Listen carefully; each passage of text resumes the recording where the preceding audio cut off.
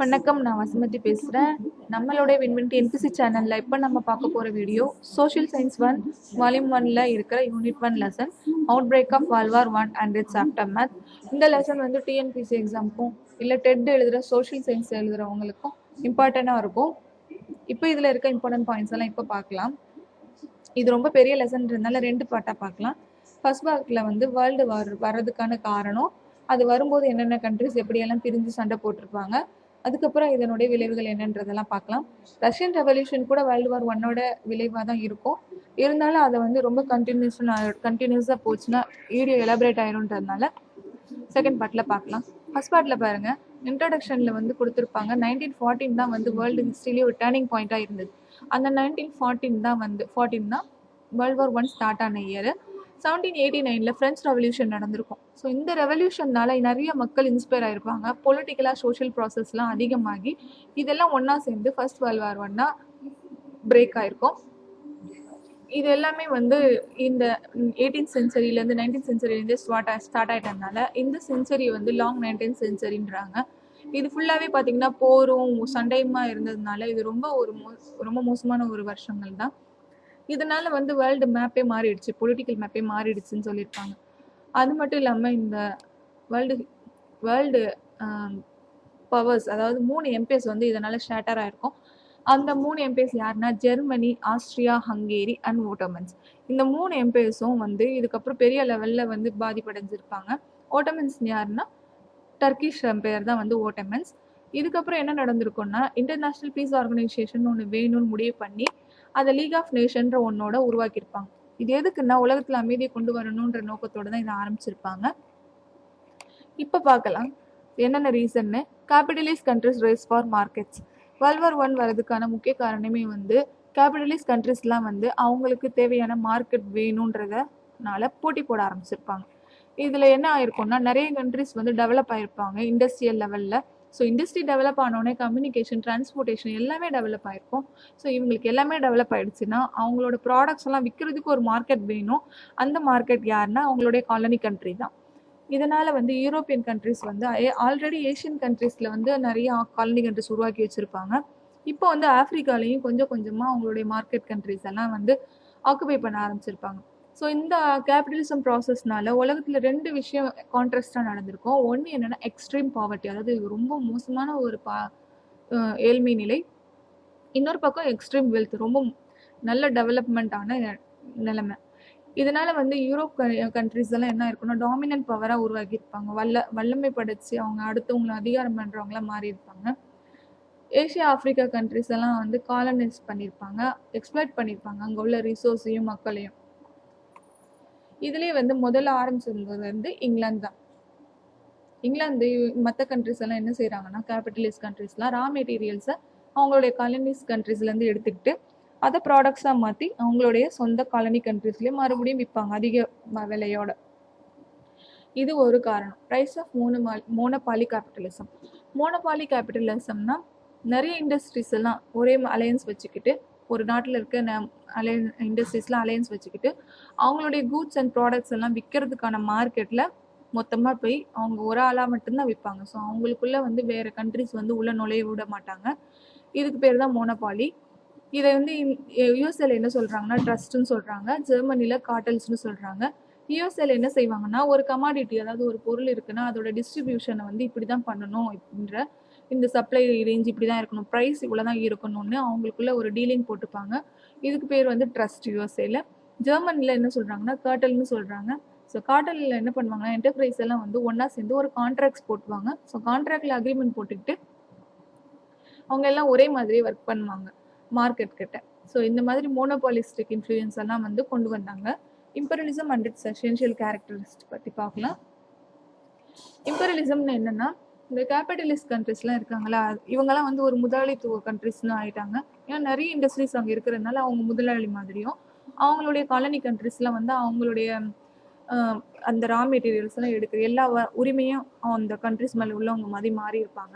இது எந்த அளவுக்கு கொண்டு போயிருக்கோம்னா ஒரு காலனி கண்ட்ரி இருக்குன்னா அந்த காலனி கண்ட்ரியில் இருக்கிற எல்லா ரிசோர்ஸையும் எடுத்துக்கிட்டு அவங்கக்கிட்ட எவ்வளோ முடிஞ்ச அளவுக்கு எவ்வளோ எடுக்க முடியுமோ எல்லாத்தையுமே எடுத்துருவாங்க. இதுதான் வந்து இம்பீரியலிசம். இது எதனால உருவாகி இருக்கும்னா முதலாளித்துவத்தினால தான் உருவாகி இருக்கும். இதை தான் லெனின் என்ன சொல்லியிருப்பாருன்னா, இம்பெரலிசம்ன்றது ஒரு கேபிட்டலிசமோட உச்சக்கட்டம் அப்படின்னு சொல்லியிருப்பாரு. அதாவது imperialism is the highest stage of கேபிட்டலிசம்னு சொல்லியிருப்பாரு. இம்பெரலிசம்ன்றது ஒரு காலனி கண்ட்ரிஸ் மட்டும் ஆக்குபை பண்றது மட்டும் கிடையாது. இது ஒரு டோட்டல் சிஸ்டம். அதாவது இப்போ அவங்களோட ஒரு காலனி கண்ட்ரி இருக்குன்னா அங்க இருக்கிற அந்த கண்ட்ரியில மிலிட்ரியில இருந்து அவங்களுடைய இன்டர்னல் அஃபேர் எல்லாம் கூட இவங்களே தான் டீல் பண்ணுவாங்க. அதுதான் imperialism. So only product sales and good supply மட்டும் கிடையாது, டோட்டலாக ஒரு அட்மினிஸ்ட்ரேட்டிவ் லெவலில் அவங்க பவர்ஃபுல்லாக மாறி இருப்பாங்க. இந்த அளவுக்கு டெவலப் பண்ணுறது தான் இம்பெரலிசம். ஸோ கேபிட்டலிசம்னா ஜஸ்ட் வந்து ஒரு பொருளை வாங்குறது விற்கிறது, முதலாளி மாதிரி ஆக்ட் பண்ணுறது. இம்பெரலிசம்னா அந்த பொருளை வாங்குறதுக்கும் விற்கிறதுக்கும் அந்த ஊர் மக்கள்கிட்டே அந்த நாட்டு மக்கள்கிட்டே மிலிட்ரி அவங்களுடைய வார் அவங்களோட எல்லா ஒரு அஃபேரையும் இவங்க இன்டர்னல் எக்ஸ்டர்னல் அஃபேர் எல்லாத்தையுமே இவங்க கண்ட்ரோல் பண்ணுவாங்க. அதான் வந்து இம்பெரலிசம். அடுத்து பாருங்க, யூரோப் பற்றி கொடுத்துருப்பாங்க. இது எதுனா rivalry of great powers. So capitalist countries எல்லாம் ஒன்றொன்னா உருவாக இவங்களுக்குள்ள சண்டை வர ஆரம்பிச்சிடும். 1880 வரைக்கும் ஏஷியன் கண்ட்ரிஸ் மட்டும்தான் காலனி கண்ட்ரிஸாக இருக்கும். ஆனால் 1881லேருந்து 1914 வரையும் என்ன பண்ணியிருப்பாங்கன்னா ஆஃப்ரிக்கா தான் விட்டு வச்சுருந்துருப்பாங்க அந்த 1880ல். அதுக்கப்புறம் 81க்கு அப்புறம் ஆஃப்ரிக்காவையும் விட்டு வைக்கக்கூடாது, அதையும் காலனியாக மாற்றிடணும்னு சொல்லி 1914க்குள்ள ஆஃப்ரிக்காவிலையும் சின்ன சின்ன கண்ட்ரிஸாக வந்து காலனி கண்ட்ரிஸாக மாற்றிருப்பாங்க இம்பெரலிஸ்ட் கண்ட்ரிஸ் எல்லாம். இதுக்கப்புறம் என்ன ஆயிருக்குன்னா ஜெர்மனி ரொம்ப பெரிய லெவலில் டெவலப் ஆயிருப்பாங்க. இந்த ஜெர்மனி டெவலப் ஆனதுனால இவங்களுக்கு தேவையான மார்க்கெட் கண்ட்ரிஸ் எல்லாம் வேணும் அப்படின்னு நினச்சிருப்பாங்க. ஸோ இப்போ வந்து வேர்ல்டில் வந்து காலனி கண்ட்ரிஸாக மாற்றுறதுக்கு எந்த கண்ட்ரிஸும் இருக்காது. எல்லா கண்ட்ரிஸையும் வந்து எல்லா இம்பெரலிஸ்ட் கண்ட்ரிஸும் வந்து ஆக்குபை பண்ணியிருப்பாங்க. இப்போ ஒரு ஜெர்மனிக்கு கண்ட்ரிஸ் வேணும், காலனி கண்ட்ரிஸ் வேணும்னா அவங்க என்ன செய்யணும்னா மற்ற கேபிட்டலிஸ்ட் கண்ட்ரிஸோட போட்டி போட்டு சண்டை போட்டு வார் பண்ணி அவங்களோட காலனி கண்ட்ரிஸை எடுத்துக்கணும். இதுதான் வந்து basic reason for world war 1. இப்படி தான் வந்து ஆரம்பிக்கும் பிரச்சனை. Clashes among great powers. அந்த கிரேட் பவர்ஸ் யாருன்னு பார்த்தீங்கன்னா England, US and Germany. So இந்த 3 கண்ட்ரிஸும் வந்து இண்டஸ்ட்ரியல் லெவலில் பெரிய லெவலில் டெவலப் ஆகிருப்பாங்க. இவங்க 3 பேருக்குமே இப்போ காம்படிஷன் வர ஆரம்பிச்சிருக்கும். இதுக்கு வந்து என்ன செய்யணும்னா இங்கிலாந்து மார்க்கெல்லாம் நம்ம கேப்சர் பண்ணணும், அதாவது கைப்பிடிச்சி நம்ம இந்த இங்கிலாந்து மார்க்கெட்ஸ் எல்லாம் நம்ம பிடிச்சிக்கணும்னு ஜெர்மனி நினைக்க ஆரம்பிச்சிடும். இதுதான் வந்து இவங்களுக்குள்ள அந்த நேஷனல் ரிவல்ரினா சின்ன சின்ன பிரச்சனைகள் உருவாகிறதுக்கு காரணமாக இருக்கும். ஸோ இவங்களோட காலனி கண்ட்ரிஸ் எங்கெல்லாம் இருக்குன்னா Asia, Africa and Europe. So இப்போ பாருங்க, செசில் ரோட்ஸ்ன்ற ஒரு சவுத் ஆஃப்ரிக்கா பிரைம் மினிஸ்டர், இவர் ஒரு இம்பெரலிஸ்ட். இவர் என்ன சொல்லியிருப்பாருன்னா உலகத்தில் இருக்கிற எல்லா கண்ட்ரிஸையும் வந்து பார்சல் பண்ணியாச்சு, டிவைட் பண்ணியாச்சு, கன்கொயர் பண்ணியாச்சு, காலனியும் பண்ணியாச்சு. இன்னும் மிச்சம் இருக்கிறது என்னன்னா வானத்தில் இருக்கிற நட்சத்திரம் மட்டும்தான். அதையும் கூட நம்மளால பிடிக்க முடிஞ்சு அதையும் நம்மளால காலனைஸ் பண்ண முடிஞ்சதுன்னா ரொம்ப நல்லா இருக்கும்னு நினச்சிருக்கேன். ஆனால் இதில் முடியாது, ஏன்னா இது ரொம்ப தூரத்தில் இருக்குன்றதுனால கொஞ்சம் கஷ்டமா இருக்கு, கவலையா இருக்குன்னு சொல்லியிருப்பாரு. பாருங்க, நட்சத்திரத்தை கூட விட்டு வைக்கல. அந்த அளவுக்கு இந்த இம்பெரலிஸ்ட் மோசமா இருந்திருக்காங்க. இதை வந்து யூரோப்பியன் கண்ட்ரீஸ்ல நடந்த விஷயங்கள். ஆனா இப்போ என்ன ஆகுதுன்னா 1967லேருந்து 1912 வரைக்கும் ஜப்பான்லேயும் பெரிய டெவலப்மெண்ட் வருது. என்ன ரீசன்னா ஜப்பான் வந்து வெஸ்டர்ன் கண்ட்ரீஸை இமிடேட் பண்ணுறாங்க. அவங்க வந்து ஃபூடலாக தான் இருக்காங்க. ஒரு ராஜாக்கு கீழே இவங்கெல்லாம் அரிஸ்டோக்ராட்ஸ், அவங்க நோபல் சிஸ்டம், நொபிலிட்டி, அதுக்கு கீழே இந்த நிலம் சுகாதாரங்கள் இவங்கெல்லாம் இருக்கிற மாதிரி சிஸ்டமில் தான் இருக்காங்க. இருந்தாலும் அவங்க வெஸ்டர்ன் எஜுகேஷனையும் மிஷினரியும் அவங்க காப்பி அடிக்கிறாங்க. காப்பி அடித்து ஆர்மி, நேவின்னு ஜப்பானும் வந்து பயங்கரமாக டெவலப் ஆகிறாங்க. பெரிய இண்டஸ்ட்ரியலிஸ்ட் பவராக மாறிடுறாங்க. இதுவும் வந்து அவங்களுக்கு வந்து காலனி கண்ட்ரிஸ் வேணும், நம்மளும் ஸ்ட்ராங் கண்ட்ரி இம்ப்ரூவ் பண்ணணும் அப்படின்ட்டு வந்து ஆசை வந்துடும். ஸோ அதனால் முதல்ல அவங்க எங்கே ஸ்டார்ட் பண்ணாங்கன்னா சைனாவில் தான். 1894ல் சினோ ஜாப்பனீஸ் வார் வரும். 94லேருந்து 95 வரைக்கும் நடந்த இந்த வார்னால லியோடாங் பெனின்சுலாவில் இருக்கிற போர்ட் ஆர்த்தரை அப்படியே வந்து ஜப்பான் வந்து கைப்பற்றிடுவாங்க. இந்த லியோடாங் பெனின்சுலாவில் இருக்கிற போர்ட் ஆர்த்தரை கைப்பற்றுறதுனால ரஷ்யா, ஜெர்மனி, பிரான்ஸ் 3 பேரும் வந்து இதை நீங்கள் செய்யக்கூடாதுன்னு சொல்லுவாங்க. ஏன்னா இவங்க ஆல்ரெடி வந்து சைனாவில் இவங்களும் வந்து சின்ன சின்ன காலனி கண்ட்ரிஸ் வச்சுருப்பாங்க. இப்போ வந்து ஜப்பான் வர்றது இவங்க 3 பேருக்கும் பிடிக்கல. ஆனால் வந்து ஜப்பான் என்ன செய்யும்னா இவங்க ஒரு ஸ்ட்ராங்கஸ்ட் நேஷன்றதை ப்ரூவ் பண்ண மறுபடியும் ஆசைப்படுவாங்க. இந்த டைமில் என்ன நடக்கும்னா இந்த 3 கண்ட்ரிஸும் போர்ட் ஆர்த்தரை ஜப்பான் கிட்ட கேட்கும்போது ரஷ்யா இதான் வந்து சான்ஸ்ன்னு மஞ்சூரியாக்குள்ளே அவங்களுடைய ஆர்மியை என்டர் பண்ணியிருப்பாங்க. இதனால ஜப்பான் என்ன செய்யும்னா இங்கிலாந்துல போய் 1902ல 1902ல ஒரு அலையன்ஸ் போட்டுப்பாங்க. இந்த அலையன்ஸ் படி அவங்க ஜப்பான் வந்து என்ன டிமாண்ட் பண்ணும்னா ரஷ்யா வந்து மஞ்சூரியால இருந்து வெளியில போயிடணும் அப்படின்னு டிமாண்ட் பண்ணியிருப்பாங்க. இது வந்து ரஷ்யா வந்து இது ஒபே பண்ணியிருக்காது. என்ன ரீசன்னா மேப்ல பாருங்க, ரஷ்யா தான் ரொம்ப பெரிய கண்ட்ரி, ஜப்பான் ரொம்ப சின்ன கண்ட்ரி தான். ஸோ ரஷ்யா என்ன நினைக்கும்னா நம்மளால இவங்கள ஜெயிக்க முடியும், இவங்க என்ன சின்ன கண்ட்ரி தானே நினைச்சாங்க. ஆனா என்ன ஆகும்னா ஜப்பான் தான் வந்து ரஷ்யாவை தோக்கடிச்சிருவாங்க. இதனால ரொம்ப பெரிய பவரா மாறி இருக்கும் ஜப்பான். போர்ட் ஆத்தரையும் அது வந்து கொடுக்காது. After this war Japan enter the charmed circle of great powers. So இதுக்கப்புறம் பார்த்தீங்கன்னா ஏஷியன் கண்ட்ரியில் இருக்க ஒரு கிரேட் பவராக இது மாறி இருக்கும். அதனால இது வரைக்கும் யூரோப்பியன் கண்ட்ரிஸ் தான் இந்த கிரேட் பவர் சர்க்கிளில் இருந்திருப்பாங்க. இதுக்கப்புறம் 1904க்கு அப்புறம் ஜப்பானும் இதுக்குள்ள நுழைஞ்சிரும். Strong arm diplomacy of Japan. இது என்ன ரீசன் பார்த்தீங்கன்னா ஜப்பானுக்கு வந்து நல்ல நேவிலையும் மிலிட்ரியும் பெரிய லெவலில் டெவலப் ஆயிருப்பாங்க. அடுத்து ஜப்பான் என்ன பண்ணியிருக்கோம்னா 1905லேயே வந்து கொரியன் கண்ட்ரிஸை கண்ட்ரோல் பண்ண ஆரம்பிச்சிருப்பாங்க. கொரியாவில் போய் அவங்களோட டொமஸ்டிக் அதாவது உள்துறை வெளித்துறை அந்த பாலிசியெல்லாம் வந்து கண்ட்ரோல் பண்ண ஆரம்பிச்சிருப்பாங்க. இந்த மாதிரி டைமில் கொரியாவில் வந்து ஒரு ஜாப்பனீஸ் டிப்ளமேட்டை வந்து ஒரு முக்கியமான ஒரு அதிகாரியை வந்து அவங்க கொலை பண்ணியிருப்பாங்க. இதனால அசாசினேட் பண்ணியிருப்பாங்க. இதை ஒரு சாக்கா வச்சுக்கிட்டு ஜப்பான் என்ன செய்யும்னா இதான் சான்ஸ் 1910ல் ஜப்பானை கொரியாவை அனெக்ஸ் பண்ணிடுவாங்க, அவங்க கண்ட்ரியோட சேர்த்து வச்சுப்பாங்க. இந்த டைமில் தான் வந்து ஒரு 1912 ஸோ இதுக்கப்புறம் 2 இயர்ஸ் கழிச்சு 1912ல் சைனாவில் வந்து மஞ்சு டினஸ்டின்ற ஒரு அந்த எம்பையர் வந்து ஃபால் ஆயிருக்கும். ஏன்னா அந்த மஞ்சு அந்த டினஸ்டியில் இருக்கவங்க வந்து சரியான ஆட்சி பண்ணியிருக்க மாட்டாங்க. சைனாவே வந்து மற்ற கண்ட்ரிஸ் கொடுத்து பெரிய லெவலில் ப்ராப்ளம் பண்ணிட்டதுனால அங்கே உள்ள மக்கள்லாம் ஒன்றா சேர்ந்து அந்த எம்பையரை ஃபால் பண்ண வச்சுருப்பாங்க. இந்த சான்ஸை வந்து மறுபடியும் ஜப்பான் வந்து ஆக்குபை பண்ணிக்கணும்ன்ட்டு முடிவு பண்ணியிருப்பாங்க. இந்த தடவை ஜப்பான் என்ன டிமாண்ட் பண்ணோம்னா ஜெர்மன் வச்சிருக்க ஷாந்துங் மாநிலத்தை கேட்டிருக்கோம். ஆனால் and the recognition of Japanese world over Manchuria, அது மட்டும் இல்லாமல் மஞ்சூரியாவும் வேணும்னு கேட்டிருக்கோம். ஆல்ரெடி ரஷ்யா ஜெர்மனி பிரான்ஸ்க்கு எல்லாம் இந்த போர்ட் ஆத்தர் ஆக்குபை பண்ணப்போ சின்ன பிரச்சனை இருந்திருக்கும்.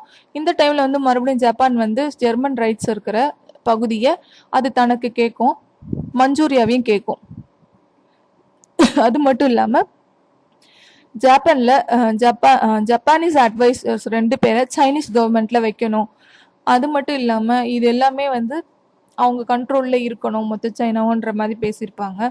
இது ஒரு ஸ்ட்ராங் ஆர்ம் டிப்ளமசின்னு சொல்கிறாங்க. ஏன்னா இது ரொம்ப ஒரு கடுமையான ஒரு இதுதான், டிப்ளமசி தான். இதனால வந்து ஜப்பானுக்கும் சைனாக்கும் ஒரு ஹாஸ்டிலிட்டி உருவாகியிருக்கும், பகை உருவாகியிருக்கும். ஜெர்மன் ரைட்ஸ் கேட்டிருக்காங்க, ரஷ்யாவை தோக்கடிச்சிட்டாங்க. பிரான்ஸையும் வந்து லியாத்தங் பெனின்சுலாவில் இருக்கிற போர்ட் ஆத்தை தரமாட்டுன்னு சொல்லி அசிங்கப்படுத்திட்டாங்க. ஸோ இதனால் வந்து யூரோப்பியன் பவர்ஸ்க்கும் ஜப்பானுக்கும் சைனாக்கும் நடுவில் ஒரு சண்டை வந்துருச்சு, ஒரு பெரிய ஹாஸ்டிலிட்டி உருவாகுது. அடுத்து colonisation and it's fall out. இந்த காலனைசேஷனை பற்றி பார்க்கலாம். 1876ல் பார்த்தீங்கன்னா ஆப்பிரிக்காவில் ஒரு 10% ஏரியாவை தான் வந்து யூரோப்பியன் வந்து ரூல் பண்ணியிருப்பாங்க. ஆனால் 1900 அதுக்குள்ளே என்ன பண்ணியிருப்பாங்கன்னா டோட்டல் ஆப்பிரிக்காவையும் வந்து காலனைஸ் பண்ணியிருப்பாங்க. எந்த 3 கண்ட்ரிஸ்னா பிரிட்டன், பிரான்ஸ் அண்ட் பெல்ஜியம். இதில் ஜெர்மனி, இட்டாலியும் கூட இருப்பாங்க. ஆனால் அவங்களாம் ரொம்ப கொஞ்சம் சின்ன லெவலில் தான் வச்சுருந்தாங்க. இந்த பிரிட்டன், பிரான்ஸ், ரஷ்யாலாம் வந்து என்ன செஞ்சுருப்பாங்கன்னா பெல்ஜியம்லாம் நிறைய கண்ட்ரிஸை வந்து ஆப்பிரிக்காவில் பிடிச்சிருப்பாங்க. அது மட்டும் இல்லாமல் பிரிட்டன், பிரான்ஸ், ரஷ்யா, ஜெர்மனி இந்த 4 கண்ட்ரிஸும் வந்து ஸ்பியர் ஆஃப் இன்ஃப்ளூயன்ஸ்ன்ற இதில் இருப்பாங்க சைனாவில். இவங்க சைனாவில் இருக்காங்க இந்த 4 பேரும். ஜப்பான் என்ன பண்ணியிருக்கோன்னா கொரியாவையும் தைவானையும் கைப்பற்றிடுச்சு. பிரான்ஸ் என்ன பண்ணியிருக்கோன்னா இண்டோ சைனா ரீஜியனையும் அக்வயர் பண்ணியிருப்பாங்க. பிலிப்பைன்ஸ்ன்றது ஸ்பெயினோட ஸ்பெயின் காலனைசேஷன் பண்ண கண்ட்ரியாக இருக்கும். ஸ்பெயின் என்ன பண்ணியிருக்கோன்னா இந்த பிலிப்பைன்ஸை பிரிட்டன் கிட்ட கொடுத்துருவாங்க. ஈரான் என்ன பண்ணியிருப்பாங்கன்னா பிலிப்பைன்ஸ் வந்து யூஎஸ் கிட்ட கொடுத்துருவாங்க. ஈரான் என்ன பண்ணியிருப்பாங்கன்னா ரஷ்யாவும் பிரிட்டனும் வந்து 2ஆ பிரிச்சுக்கலாம் அப்படின்னு முடிவு பண்ணியிருப்பாங்க. பாருங்க, யார் கண்ட்ரியோ யாரோ வந்து பண்ணுறாங்க. இதுக்கப்புறமா அவங்க சும்மா இருக்க மாட்டாங்க. ஆப்பிரிக்கால இருக்கிற எல்லா கண்ட்ரிஸும் வேணும்னு நினைச்சிருப்பாங்க. அதுக்காக நிறைய போர் நடந்திருக்கும். ஸோ ஆப்பிரிக்கன்ஸும் வந்து ரொம்ப ஸ்ட்ராங் பீப்புள். அவங்களுக்குள்ள நிறைய பயங்கரமா சண்டை வந்திருக்கும். இதுல பிரெஞ்சு யார்கிட்ட தோத்துருப்பாங்கன்னா அல்ஜீரியா அண்ட் செனக்கல். இந்த அல்ஜீரியா செனக்கல்ன்ற 2 டைப் ஆஃப் கண்ட்ரியில வந்து பிரெஞ்சு தோத்து போயிருப்பாங்க. பிரிட்டிஷ் யார்கிட்ட தோத்து போயிருப்பாங்கன்னா ஜூலூஸ் கிட்ட 1879லயும், சூடானிஸ் ஆர்மி கிட்ட 1884லயும். ஸோ இந்த ஜூலூஸ் அப்படின்றவங்கலாம் வந்து அந்த நாட்டோட பழங்குடி மக்கள். சூடானிஸ் ஆர்மியில் 1884லயும் இவங்க தோத்து போயிருப்பாங்க. இட்டாலியன் ஆர்மியும் பார்த்தீங்கன்னா எத்தியோப்பியன் ஆர்மி கிட்ட வந்து அது அடோவால இருக்க எத்தியோப்பியன் ஆர்மியில் 1896ல தோத்து போயிருப்பாங்க. என்னதான் இவங்க தோத்து போனாலும் இவங்கெல்லாம் மறுபடியும் வந்து பிரச்சனை பண்ணி ஆப்பிரிக்காவை கைப்பற்றியிருப்பாங்க. இப்போ காசஸ் கோசஸ் அதெல்லாம் பார்க்கலாம். காசஸ் ஃபர்ஸ்ட் என்ன போட்டிருப்பாங்கன்னா யூரோப்பியன் அலையன்சஸ், கவுண்டர் அலையன்சஸ் பற்றி பார்க்கலாம். 1900ல வந்து 5 யூரோப்பியன் கிரேட் பவர்ஸ் வந்து 2 கேம்பா பிரிஞ்சிருப்பாங்க. ஃபர்ஸ்ட் கேம்ப்ல, அதாவது சென்ட்ரல் பவர்ல Germany, Austria, Hungary and Italy, இந்த 3 பேர் இருப்பாங்க. இது யார் இந்த மாதிரி 3 ஃபார்ம் பண்ணியிருப்பாங்கன்னா பிஸ்மார்க்கோட கைடன்ஸோட தான் இது ஃபார்ம் பண்ணியிருப்பாங்க. ப்ருஷியான்ற ஒரு கண்ட்ரி இருக்கும், அந்த கண்ட்ரியோட பிரைம் மினிஸ்டர் தான் பிஸ்மார்க். ஸோ இவர் தான் வந்து Germany, Austria, Hungary and idli இதெல்லாம் 3 பேர் ஒன்றா இருங்க அப்படின்னு சொல்லியிருப்பாரு. ஸோ அதுபடி இவங்க அலையன்ஸ் வச்சிருப்பாங்க. இந்த அலையன்ஸ் வந்து ட்ரிபிள் அலையன்ஸாக இருக்கும், அதாவது 1882ல ஃபார்ம் ஆயிருக்கும். ஸோ இவங்க அலையன்ஸ் வச்ச மாதிரி 1894ல பிரான்ஸும் ரஷ்யாவும் ஒரு அலையன்ஸ் வச்சிருப்பாங்க. ஸோ இந்த பிரான்ஸ் ரஷ்யாவோட அலையன்ஸ் படி பிரான்ஸ்க்கு பிரச்சனை வந்தால் ரஷ்யா ஹெல்ப் பண்ணும், ரஷ்யா பிரச்சனை வந்தால் பிரான்ஸ் ஹெல்ப் பண்ணும். அதே மாதிரி ஜெர்மனி, ஆஸ்திரேலியா, ஹங்கேரி, இட்டாலி இந்த 3 பேருக்கும் என்னன்னா ஒருத்தர் மாற்றி ஒருத்தர் யாராவது அட்டாக் பண்றாங்கன்னா இவங்க யாராவது வந்து ஹெல்ப் பண்ணிப்பாங்க, ஜாயின் பண்ணிப்பாங்க. இதுதான் அந்த டீலிங். இதுல வந்து பாத்தீங்கன்னா இங்கிலாந்து வந்து தனியா விட்டுருப்பாங்க. ஸோ இங்கிலாந்துக்கு வந்து இதனால என்ன செய்யலாம், நம்மளும் ஏதாவது ஒரு குரூப்ல ஜாயின் பண்ணணும்னு ஜெர்மனியில போய் கேட்டு பார்க்கும். ஆனா ஜெர்மனி வந்து 2 டைம்ஸ் கேட்டு பார்த்துருப்பாங்க பிரிட்டன் சேர்றதுக்கு. ஆனா ஜெர்மனி ஒத்துக்க மாட்டாங்க. இல்ல நாங்க 3 பேர் மட்டும் இருந்துக்கிறோன்ற மாதிரி சொல்லி விட்டுருவாங்க. இதுக்கு நடுவுல என்ன இருக்கும்னா ஜப்பானுக்கும் ரஷ்யாவுக்கும் ஒரு ஹோஸ்டிலிட்டி உருவாகி இருக்கும். ஏன்னா ரஷ்யா ஆல்ரெடி வந்து மஞ்சூரியன் பார்ல வந்து தோத்து போயிருப்பாங்க.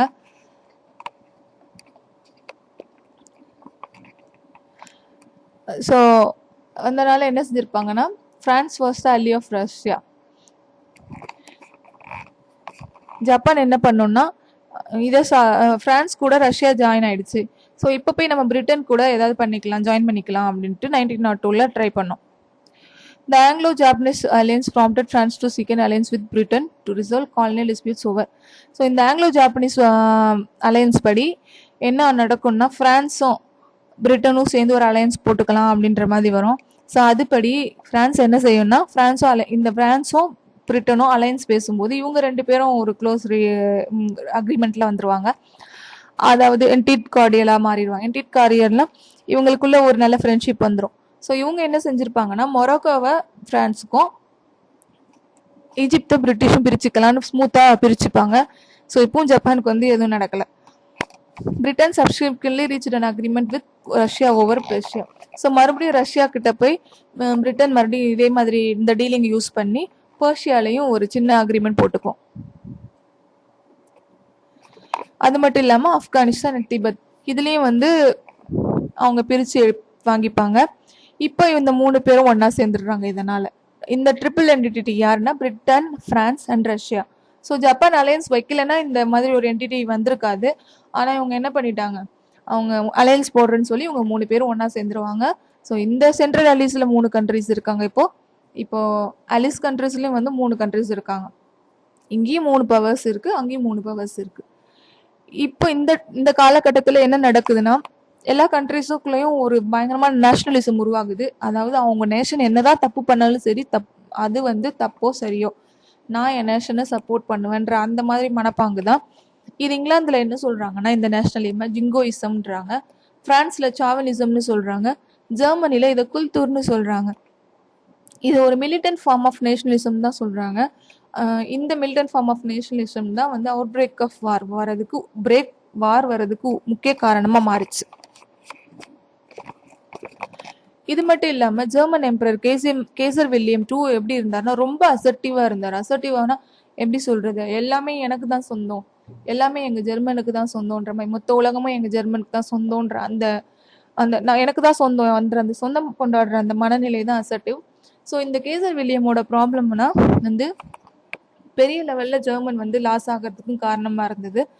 நெப்போலியன் வந்து என்ன ஆயிருப்பாருன்னா ட்ரஃபால்கர் போர், அது 1805 நடந்திருக்கும். இந்த போர்ல வந்து அவர் நெப்போலியன் வந்து தோக்கடிக்கப்பட்டிருப்பாரு.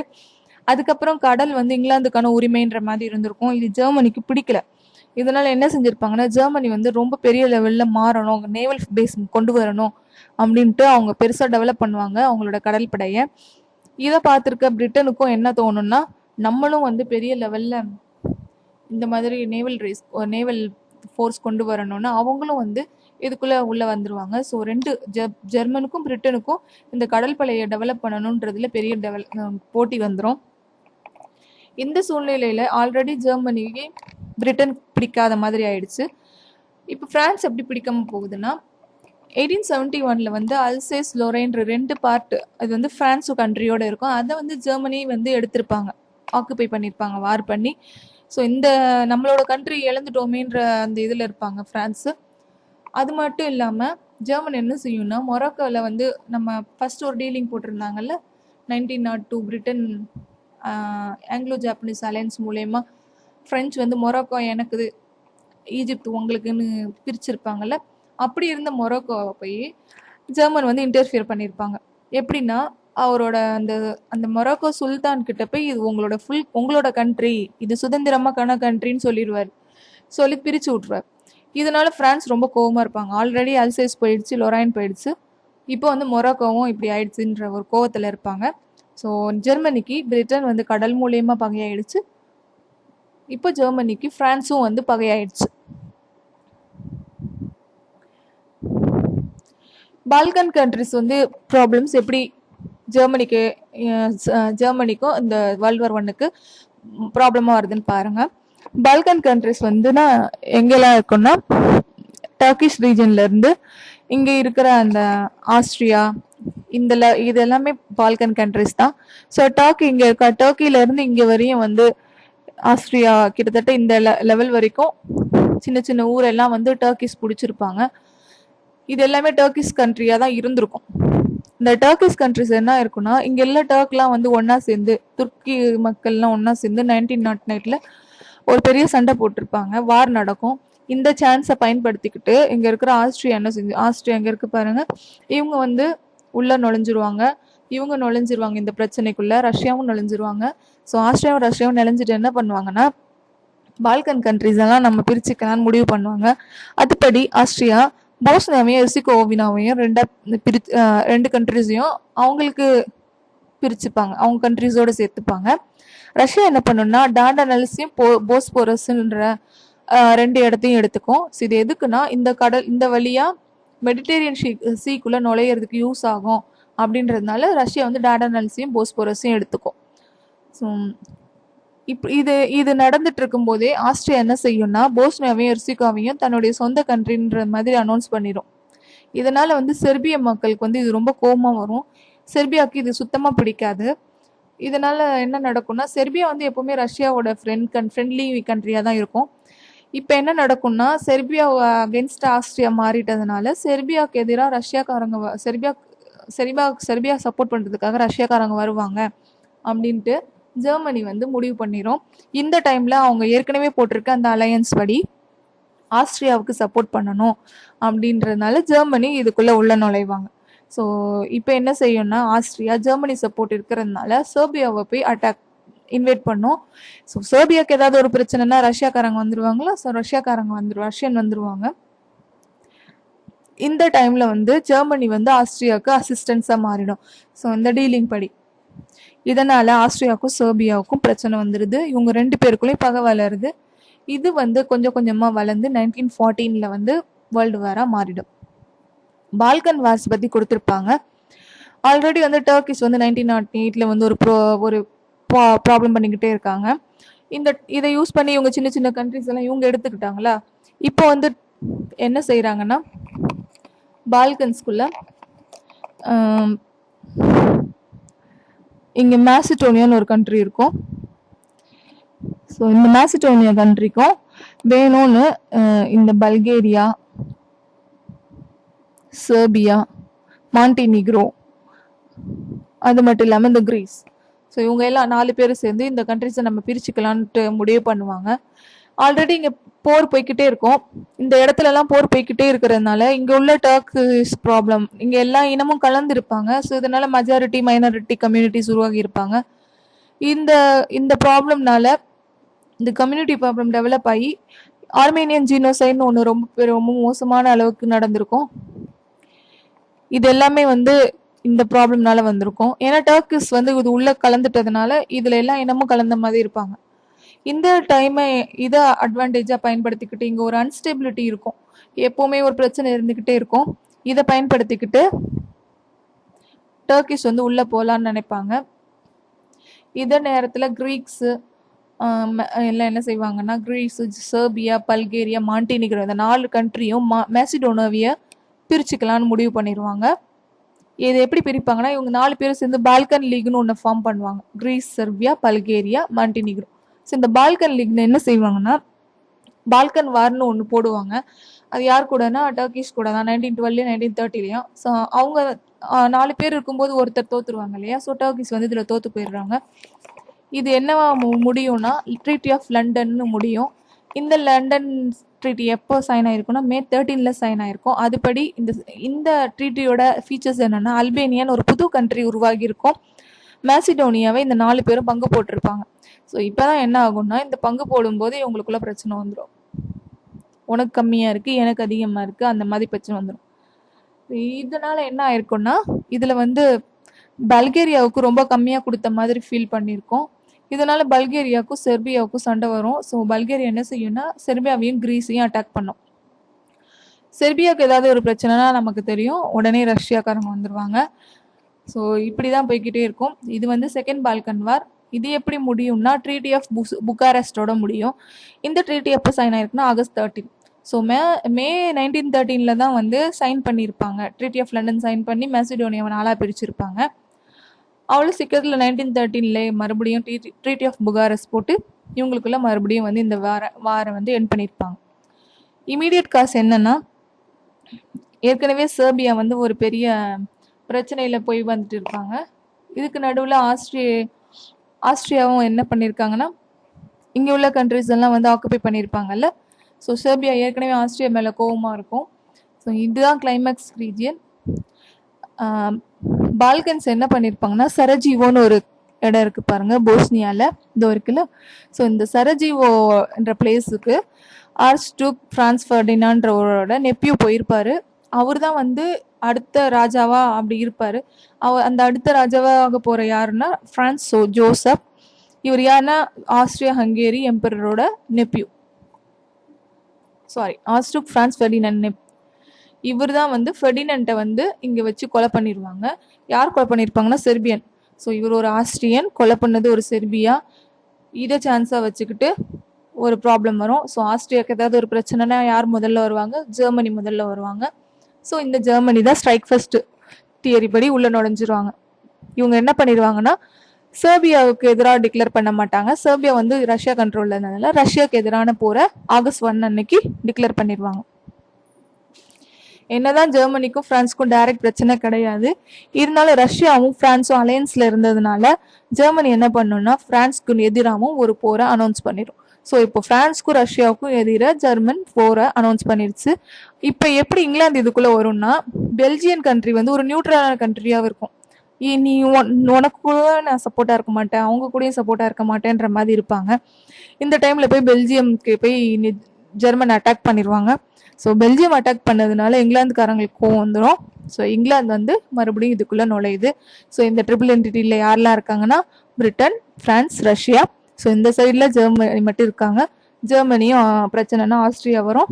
ஆஸ்ட்ரியா ப்ளஸ் இட்டாலி, இந்த 3 பேரும் இருப்பாங்க. இப்போ கோர்ஸ் ஆஃப் த வார் எப்படிலாம் போகுதுன்னு பாருங்க. 2 கேம்பாக பிரிஞ்சிருப்பாங்க. ஒரு கேம்பில் வந்து Germany, Austria Hungary, Turkey and Bulgaria. Italy வந்து என்ன செஞ்சிருப்பாங்கன்னா, ஜெர்மனி கூடயும் ஆஸ்ட்ரியா கூடயும் இருக்கலாம்னு ஃபர்ஸ்ட் முடிவு பண்ணியிருப்பாங்க. என்ன ரீசன்னா ட்ரெண்டினோன்ற ஒரு பிளேஸ் வந்து இட்டாலியில் இருக்கும். இட்டாலியோட மக்கள் அதிகமாக வாழ்கிற இந்த ட்ரெண்டினோன்ற பிளேஸ் யார்கிட்ட இருக்குன்னா ஆஸ்ட்ரியா கிட்ட இருக்கும். ஆஸ்ட்ரியா கிட்ட இருந்து எனக்கு இந்த பிளேஸை வாங்கி கொடுங்கன்னு வந்து இட்டாலி வந்து ஜெர்மனி கிட்ட கேட்டிருக்கோம். ஆனால் ஜெர்மனி வந்து இதை காதிலே வாங்கி இருக்காது. இதனால இட்டாலி என்ன செய்யும்னா போரில் நான் நடு நிலைமையில இருக்கிறேன்னு சொல்லி வெளியில வந்துருவாங்க. இவங்க ஒரு ஒரு அலையன்ஸ் போட்டுப்பாங்க. யார் கூடனா பிரிட்டன் கூட. இது ஒரு சீக்ரெட் அலையன்ஸ். இந்த அலையன்ஸ் எப்போ வந்து ட்ரீட்டி சைன் ஆயிருக்குன்னா ஏப்ரல் 1915. இதை என்ன சொல்றாங்கன்னா treaty of London April 1915. So இது மூலயமா வந்து இட்டலி வந்து இன்டைரக்டா சென்ட்ரல் பவர்ஸோட ஜாயின் ஆகிடும். அலீஸ் பவர்லாம் யாருன்னா மொத்தம் 9 ஸ்டேட்ஸ் இருப்பாங்க. ரஷ்யா, பிரான்ஸ், பிரிட்டன், இவங்க 3 பேர் ரொம்ப ஸ்ட்ராங்கான கண்ட்ரிஸ். அது மட்டும் இல்லாமல் Italy, United States, Belgium, Serbia, Romania and Greece. Romania கிரீஸும் என்ன பண்ணியிருப்பாங்கன்னா 1960லேயும் 1970லேயும் சென்ட்ரல் பவருக்கு எதிராக ஒரு வார் அனௌன்ஸ் பண்ணியிருப்பாங்க. அவங்க வந்து ஒரு சின்ன லெவல் தான் வந்து இந்த போரில் வந்து பார்ட்டிசிபேட் பண்ணியிருப்பாங்க. அமெரிக்கன்ஸ் வந்து இந்த கண்ட்ரியில் வந்து நியூட்ரலாக தான் இருக்கணும்னு வந்து முதல் 3 வருஷம் முடிவு பண்ணியிருப்பாங்களாம். ஆனால் அதுக்கப்புறமும் என்ன பண்ணியிருப்பாங்கன்னா தேவையில்லாமல் ஜெர்மன் போய் அமெரிக்கன்ஸை சீண்டி இருப்பாங்க. இதனால் வந்து பெரிய மெட்டீரியல் லாஸ் வந்ததுனால யூஎஸ் வந்து பிரிட்டனுக்கும் ஃப்ரான்ஸுக்கும் சப்போர்ட் பண்ணுற மாதிரி ஆயிருக்கும். சார் மன்னர் பற்றி கொடுத்துருப்பாங்க. அடுத்து சார் வந்து சார் நிக்கோலஸ் டூன்ற ரஷ்ய அரசர் வந்து என்ன செஞ்சிருப்பாருன்னா 1899லேருந்து 1907 வரைக்கும் சென்ட்ரல்ஸ்க்கும் அலிஸ்க்கும் நடுவில் ஒரு சமரச முயற்சியை மேற்கொள்ளலான்னு ட்ரை பண்ணியிருப்பாரு. ஆனால் அது ஒரு ஃபெயிலியராக தான் முடியும். அதனால இப்போ அவரும் ஏதாவது ஒரு சைடில் சப்போர்ட் பண்ணணுன்றதுனால அவர் வந்து சென்ட்ரல் அலிஸ் பக்கம் போயிடுவார். அதான் பிரிட்டன், பிரான்ஸ் கூட ஜாயின் பண்ணிடுவார். வார் வந்து பார்த்தீங்கன்னா எல்லா பக்கமும் நடக்கும். ஃபர்ஸ்ட் வெஸ்டர்ன் சைடில் பார்ப்போம். வெஸ்டர்ன் சைடில் ஃப்ரெஞ்ச் ஃப்ராண்ட்ல நடக்கும். அது எங்கன்னா ஜெர்மனி தான் வந்து இதில் வந்து ஜெயிச்சிருப்பாங்க. பெல்ஜியம் பீப்புளை இவங்க தோக்கடிச்சிருப்பாங்க. பெல்ஜியம் வந்து அலிஸ் சப்போர்ட்டாக ஒர்க் பண்ணிட்டு இருப்பாங்க. ஸோ இந்த டோட்டல் பர்டனும் யாருக்கு வந்திருக்குன்னா ஃப்ரெஞ்ச் ஆர்மிக்கு தான் வந்திருக்கும். இருந்தாலும் இதில் ஜெர்மனி தான் ஜெயிச்சிருப்பாங்க. So war in western French ஃப்ராண்ட்லேயும் வந்து ஜெர்மனி ஜெயிச்சுட்டாங்க. ஸோ டேனன்பர்க், மான் இந்த 2 வாரையும் பார்க்கலாம். ரஷ்யன் ஃபோர்ஸஸ் என்ன பண்ணியிருப்பாங்கன்னா இந்த ஜெர்மன் ஃபோர்ஸஸ் வந்து ஃப்ரெஞ்சு வந்து தோக்கடிக்கிற நேரத்தில் அதே நேரத்தில் ஈஸ்ட் பிரஷ்யாக்குள்ளே நுழைஞ்சு அங்கே வந்து அவங்க ஜெயிச்சிருப்பாங்க ஜெர்மனி பீப்புளை. மறுபடியும் டேனன்பர்க்ல வந்து என்ன ஆயிருக்குன்னா ரஷ்யா வந்து மறுபடியும் தோத்து போயிருக்கும். அகைன் வந்து என்ன ஆயிருக்குன்னா இது ஒரு ப்ரெஷராக மாறி இருக்கும். ஃப்ரெஞ்ச் ஆர்மி வந்து மறுபடியும் ஜெர்மன் கூட சண்டை போடுவாங்க மான் போரில். இந்த மான் போர் செப்டம்பர் 1904 வந்து என்ன ஆயிருக்குன்னா ஜெர்மன்ஸை வந்து ஃப்ரெஞ்ச் வந்து பீப்புள் வந்து சக்ஸஸ் பண்ணியிருப்பாங்க. இதனால இந்த இடத்துல வந்து ஃப்ரெஞ்ச் ஜெயிச்சிட்டதுனால பாரிஸ் இதில் காப்பாற்றப்பட்டிருக்கும். இந்த மான் போர், அதாவது மான்ல நடந்த போரில் தான் வந்து ட்ரெஞ்ச் வார்ஃபார் ஸ்டார்ட் ஆயிருக்கும். ட்ரெஞ்ச்னா வந்து பதுங்கு குழி அமைச்சு அதுக்குள்ளே இருந்து போர் பண்ணுறது. ஸோ இந்த பதுங்கு குழி எதுக்குன்னா மற்ற ஆயுதங்கள் வந்து இவங்களுக்குள்ள வந்து இவங்க பக்கம் வந்து பண்ண முடியாது. ஷூட் பண்ணுறதுலாம் ரொம்ப கஷ்டமாக இருக்கும். பேட்டில் ஆஃப் வெர்தூன் பாருங்கள். வெர்தூன்றது ஒரு ஃப்ரான்ஸோட இடம். ஃப்ரான்ஸோட ஃபோர்ட்ரஸ் இருக்கிற இடம். இது ஃப்ரெஞ்ச் லைனில் இருக்கிறதுனால ஏற்கனவே ஃப்ரெஞ்ச் கிட்ட ஜெர்மனி இந்த இடத்துல தோத்துருச்சுல மான் ரீஜியனில். அதனால ஜெர்மனி மறுபடியும் போய் இந்த ஃபோர்ட்ரஸை போய் அட்டாக் பண்ணும். இது 5 months நடக்கும். இதில் 2 million people வந்து செத்து போயிருப்பாங்க. இதுக்கு ஃப்ரெஞ்சுக்கு ஆதரவாக ரிவர் சோமில் வந்து பிரிட்டிஷ் பீப்புள் வந்து ஜெர்மன்ஸ்க்கு எதிராக சண்டை போட்டுட்டு இருப்பாங்க. இதுக்கு ஒரு நாளைக்கு 20,000 மக்கள் 20,000 men வந்து செத்து போயிருக்காங்களாம். இதுலேயும் பார்த்தீங்கன்னா ஜெர்மன் தான் ஜெயிச்சிருக்கும். இருந்தாலும் வந்து ஜெர்மனுக்கு இதில் நிறைய மக்கள் இறந்துருப்பாங்க. ஸோ இதுலேருந்து என்ன சொல்கிறாங்கன்னா இங்கேயே வந்து அலிஸ் தான் வெற்றி அடையும்ன்றத முடிவு ஆயிருக்கும் அப்படின்னு சொல்லியிருப்பாங்க. ரஷ்யன் ஃப்ராண்ட், அதாவது ரஷ்யன் சைடில் இருக்கிற சண்டையை பார்த்தா ரஷ்யன்ஸ் வந்து ஆஸ்ட்ரியன்ஸை டிஃபீட் பண்ணியிருப்பாங்க. ஆனால் ஆஸ்ட்ரியன்ஸ் டிஃபீட் பண்ண உடனே ஜெர்மன்ஸ் வந்துடுவாங்க. ஜெர்மன்ஸும் ஆஸ்ட்ரியன்ஸும் ஒன்றா சேர்ந்துட்டாங்கன்னா மறுபடியும் ரஷ்யா தான் தோற்று போகும். இது எதனாலனா ரஷ்யா வந்து ரொம்ப பெரிய சூப்பரெல்லாம் ட்ரெயின் பண்ணியிருக்க மாட்டாங்க அவங்களோட ஆர்மியை. இது எப்படி முடியும் இந்த போர்னா ட்ரீட்டி ஆஃப் பிரெஸ்ட் லிட்டோஸ்ன்ற மாதிரி உடன்படிக்கையோட முடியும். ஸோ பிரெஸ்ட் லிட்டோவாஸ்கோட ட்ரீட்டி எந்த டைமில் நடக்கும்னா 3rd March 1918. இந்த ஜெர்மனியோட இந்த ட்ரீட்டி படி இதுக்கு மேலே நான் இனிமேல் இந்த இதில் வரமாட்டேன், என்னால் இதுக்கு மேலே சண்டை போட முடியாதுன்ட்டு ரஷ்யா இதுலேருந்து விலகி போயிடும்.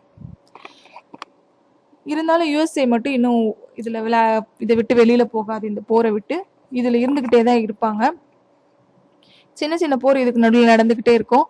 டர்க்கி பீப்புள் தெரியல. ஸோ டர்க்கிக்கு வந்து சென்ட்ரல் அலிஸோட இருக்காங்க. இவங்க என்ன செய்கிறாங்கன்னா அலிஸ் கண்ட்ரிஸோட சண்டை போடுவாங்க.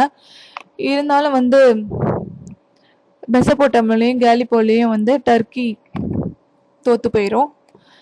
அதுக்கப்புறம் இந்த கோவத்தினால அவங்க இந்த டர்க்ஸ் என்ன செய்வாங்கன்னா சூயஸ் அட்டாக் பண்ணலான்னு போவாங்க. அதையும் வந்து பிரிட்டன் போய் அட்டாக் பண்ணி தோற்கடிச்சிரும். அது மட்டும் இல்லாமல் டர்க்கி பீப்புளை வந்து ஈராக்லையும் அப்புறம் பாலஸ்தீன் சிரியாலையும் போய் அவங்க வந்து கண்ட்ரோல் பண்ணுவாங்க. இது எப்படி அவங்க பண்ணியிருப்பாங்கன்னா அரேபியாவில் வந்து ஒரு அரேப் நேஷனலிசம் உருவாகியிருக்கும். ஸோ டர்க்கி பீப்புள் வேற அரேப் பீப்புள் வேற இல்லையா. இந்த விஷயத்தை வந்து யூஸ் பண்ணிக்கிட்டு ஒரு பிரிட்டிஷ் ஏஜென்ட் என்ன பண்ணியிருப்பாருன்னா டர்க்கிக்குள்ள ஒரு இன்டைரக்டான பிரச்சனையை உருவாக்கியிருப்பாரு. ஸோ இதனால டர்க்கியால் பெரிய லெவலில் ஜெயிக்க முடியாது. கடைசியில் டர்க்கி மிச்சமாக என்ன இருக்குன்னா கான்ஸ்டான்டினோபிள் கண்ட்ரி மட்டும்தான் இருக்கும். அவங்க ஃபர்ஸ்ட் ஒரு மேப் காமிச்சோம்ல, அதுல இருந்து எல்லா கண்ட்ரிஸையும் அவங்க இழந்துருவாங்க. ஈஸ்டர்ன் கண்ட்ரிஸ்ல பாத்தீங்கன்னா ஜப்பான் என்ன செய்யும்னா கிச்சான்ற ஒரு இடத்த, அதாவது கியாச்சா அப்படின்ற ஒரு இடம் இருக்கும். அந்த கியாச்சா யாரோட கண்ட்ரோல்லன்னா ஜெர்மன்ல இருக்கும், ஜெர்மன் கண்ட்ரோல்ல இருக்கும். ஸோ ஜெர்மனிஸ் இங்க ஃபைட் பண்ணிக்கிட்டு இருக்கிறதுனால சைனா கிட்ட இருக்கிற அந்த ஜெர்மன் பவர் இருக்கிற கியாச்சா ரீஜியனை நம்ம எடுத்துக்கணும்னு ஜப்பான் வந்து போர் பண்ணும். இந்த அக்கேஷன் யூஸ் பண்ணி இவங்க அதில் இருக்கிற மறுபடியும் அந்த இடத்துல இருக்க ப்ரிவிலேஜஸ்லாம் யூஸ் பண்ணிப்பாங்க. ஸோ பால்கன் கண்ட்ரிஸ் பாருங்க, ஆஸ்ட்ரோ ஜெர்மன் ஆர்மி என்ன செய்யும்னா பல்கேரியாவை வந்து க்ரஷ் பண்ணிடும். ஆஸ்ட்ரோ ஜெர்மன் பிளஸ் பல்கேரியா இந்த 3 கண்ட்ரிஸ் சேர்ந்து சர்பியாவை தோற்கடிச்சிருவாங்க. ஏற்கனவே பல்கேரியாவுக்கு வந்து சர்பியா மேலே கோவம் இருந்தது, மாசிடோனியாவை பிரித்து கொடுக்கலன்னு. ஸோ இந்த 3 கண்ட்ரிஸும் ஒன்றா சேர்ந்து சர்பியாவை ஆக்குபை பண்ணி தோற்கடிச்சிருவாங்க. இதை பார்த்துக்கிட்டே இருந்த ருமேனியா என்ன செய்யும்னா சர்பியா தோத்து போயிடுச்சு, அடுத்து நம்மக்கிட்ட தான் பிரச்சனைக்கு வருவானுங்க அப்படின்ட்டு ருமேனியா உடனே போய் அலிஸ் கூட ஜாயின் பண்ணிடும். எந்த இயர்லன்னா 1960. ஆனால் ருமேனியாவும் என்ன செஞ்சாங்கன்னா ஆஸ்ட்ரோ ஜெர்மன் ஆர்மி வந்து தோக்கடிச்சிருவாங்க. ஸோ என்னதான் வந்து ஜெர்மன் எல்லா ரீஜனையும் சுத்து போட்டு ஜெயிச்சுக்கிட்டே வந்தாலும் ஆப்பிரிக்காவில் உங்களால் எதுவும் செய்ய முடியாது. ஏன்னா ஜெர்மனும் ஆப்பிரிக்காவும் ரொம்ப டிஸ்டன்ஸில் இருக்கும். ஜெர்மன் ஆர்மி வந்து ஆப்பிரிக்காவோட காலனி கண்ட்ரிஸில் இருந்திருக்க மாட்டாங்க. நம்ம ஏற்கனவே பார்த்தோம் ஆப்பிரிக்காவில் ஜெர்மனிஸ் காலனிஸ் கம்மியாக தான் இருக்கும். இந்த அலிஸ் பவர்ஸ் தான் அதிகமாக இருந்தாங்க. ஸோ இவங்கெல்லாம் வந்து ஒன்றா சேர்ந்து ஜெர்மனியோட காலனி கண்ட்ரிஸை அட்டாக் பண்ணும்போது ஜெர்மனியால் ஒன்றும் செய்ய முடியாது. இந்த இடத்துல அவங்க சரண்டர் ஆயிடுவாங்க. நெக்ஸ்ட் பாருங்க, Italy falls to Austrian onslaught. Italy நம்ம பார்த்தோம் இல்லையா, அலிஸ் கூட ஒன்றா சேர்ந்து நம்மளுக்கு ஒரு கண்ட்ரி கிடைக்கும்னு நினச்சாங்க May 16, 1960. இதில் அதனால அவங்க வந்து டைரெக்டாக போய் ஒப்பந்தம் போட்டுக்கிட்டாங்க. 1916 மே மாதத்தில் ஒப்பந்தம் போட்டுக்கிட்டு அலிஸ் கூட ஜாயின் பண்ணிடுவாங்க. இவங்க யார் கூட சண்டை பிடிப்பாங்கன்னா ஆஸ்ட்ரியன் கூட தான் போர் பண்ணுவாங்க. இவங்க எவ்வளோ ரெசிஸ்ட் பண்ணுவாங்க, ஆனாலும் ஜெர்மன் ஹெல்ப் பண்ணுறதுனால இட்டாலியன் கண்ட்ரியும் வந்து இதில் தோற்று போயிடும். ஸோ இதில் பார்த்தீங்கன்னா ஜெர்மன் தான், அதாவது சென்ட்ரல் பவர் தான் பெரிய லெவலில் வெற்றி அடைஞ்சிக்கிட்டே வருவாங்க. இப்போ அவங்ககிட்ட என்னென்ன பவர்ஸ்லாம் இருக்குன்னா பெல்ஜியம் பிடிச்சிக்கிட்டாங்க, நார்த் ஈஸ்ட் ஃப்ரான்ஸ் எடுத்துக்கிட்டாங்க, போலாந்து, செர்பியா, ரோமானியா. ஸோ இந்த எல்லா கண்ட்ரிஸையும் இவங்க எடுத்துக்கிட்டாங்க. இது இப்படியே போய்கிட்டே இருக்கும்போது இது கடல்லையும் இந்த பிரச்சனை நடக்க ஆரம்பிக்கும், சீ ரூட்லேயும் இந்த பிரச்சனை ஸ்டார்ட் ஆகும், இந்த வார் ஸ்டார்ட் ஆகும். இப்படி வார் சீ ரூட் வழியாக தான் ஜெர்மனிக்கு ஃபுட்டு எல்லாமே வரணும். ஸோ அந்த ஜெர்மனிக்கும் ஆஸ்திரியாவுக்கும் ஃபுட்டு வரக்கூடாதுன்ட்டு சீ ரூட் எல்லாத்தையும் பிளாக் பண்ணிடுவாங்க பிரிட்டிஷ் கம்பெனி, அலிஸ் கண்ட்ரிஸு. இதனால வந்து ஜெர்மன் கண்ட்ரியில் வந்து சாப்பாடே இல்லாமல் போயிடும். ஸோ ஜெர்மனி வந்து இதில் ரொம்ப சஃபர் ஆகிருப்பாங்க. உடனே அவங்க என்ன செய்வாங்கன்னா அந்த விஷவாயு கேஸ் கண்டுபிடிச்சி அதை யூஸ் பண்ணி, அந்த பாய்சனஸ் கேஸ் யூஸ் பண்ணி இவங்க எல்லாருக்கிட்டையும் மறுபடியும் போர் பண்ணுவாங்க. ஜெர்மன்ஸ் தான் இதை ஸ்டார்ட் பண்ணுவாங்க. இருந்தாலும் மற்ற கண்ட்ரிஸும் இதே டெக்னிக்கை ஃபாலோ பண்ண ஆரம்பிச்சிருவாங்க. இப்போ கடல் வழியா பிரச்சனை வந்துட்டதுனால ப்ராப்ளம் வந்து கடல் வழியா ஆரம்பிக்கும். முதல்ல வந்து என்ன செய்வாங்கன்னா, நார்த் சீல தான் ஒரு நேவல் பேட்டில் நடக்கும். எந்த இயர்லன்னா 1916ல. இந்த போருக்கு பேர் வந்து பேட்டில் ஆஃப் ஜட்லாண்ட். இதுல வந்து பிரிட்டிஷ் தான் ஜெயிப்பாங்க. அதுக்கடுத்து ஜெர்மனி என்ன செய்வாங்கன்னா, சப்மரீன் வார்ஃபேர் ஆரம்பிப்பாங்க. அதாவது நீர்மூழ்கி கப்பல் மூலயமா அவங்க தோற்க ஆரம்பிப்பாங்க, ஜெயிக்கணும்னு நினைப்பாங்க. ஜெர்மனி வந்து ரொம்ப இதுல ஸ்ட்ராங்கா இருப்பாங்க இந்த நீர்மூழ்கி கப்பல்ல. அதனால இவங்க இப்ப நிறைய கப்பலை சேதாரம் பண்ணியிருப்பாங்க. இதனோட விளைவு தான் என்னன்னா, எம்டன் கப்பல் வந்து சென்னையில நம்ம மெட்ராஸ்ல வந்து பாம் போட்டு ஒரு பெரிய பாதிப்பு உண்டாக பண்ணியிருப்பாங்க. இது எந்த இயர்லன்னா 1917ல. ஏன்னா பிரிட்டிஷ் கம்பெனியோட காலனி கண்ட்ரி தானே இந்தியா. ஸோ அதை நம்ம இந்தியன் கண்ட்ரி ஏதாவது செய்யணும்ட்டு இவங்க இந்த மாதிரி பண்ணியிருப்பாங்க. எந்த ஷிப் போனாலும் சரி, ஜெர்மனுக்கு கவலையே கிடையாது. அது பிரிட்டிஷோட கம்பெனி, அந்த இவங்களோட கம்பெனிலாம் கிடையாது. எந்த கண்ட்ரியோட ஷிப் போனாலும் ஜெர்மனி என்ன செய்வாங்கன்னா, அந்த ஷிப்பை வந்து சம்மரைன்ஸ் யூஸ் பண்ணி அடிச்சிருவாங்க, அடிச்சு நொறுக்கிடுவாங்க, அதில் உள்ள இருக்கவங்களையும் செத்துருவாங்க. அந்த மாதிரி பண்ணிட்டு இருந்தானுங்க. இந்த டைம்ல அமெரிக்கன் ஷிப் ஒன்று லூசிடானியான்ற ஒரு பெரிய கப்பலை வந்து சப்மரைன் வந்து ஜெர்மன் சப்மரைன் வந்து அடிச்சிரும். இதுல என்ன ஆகும்னா, லூசிடானியா கப்பல்ல நிறைய மக்கள் இறந்து போயிடுவாங்க, யுஎஸ்ஏ மக்கள். இது யுஎஸ்ஏ மக்களுக்கு ரொம்ப கோவம் வந்துடும். இதனால வில்சன் என்ன செய்வார்னா, பிரசிடென்ட் உட்ரோ வில்சன் என்ன செய்வார்னா, 1917ல ஜெர்மனிக்கு எதிராக கண்டிப்பா நான் போர் தொடுக்க போறேன் அப்படின்ட்டு அனௌன்ஸ் பண்ணிடுவார். இது வரைக்கும் அலைட் கண்ட்ரிஸ் எல்லாம் ரொம்ப வீக்கா சண்டை போட்டு தோத்துக்கிட்டு தான் இருந்தாங்க. இப்போ என்ன ஆகும்னா, யூஎஸ் கண்ட்ரி வந்துட்டதுனால ரொம்ப பெரிய சப்போர்ட்டா மாறிடும்.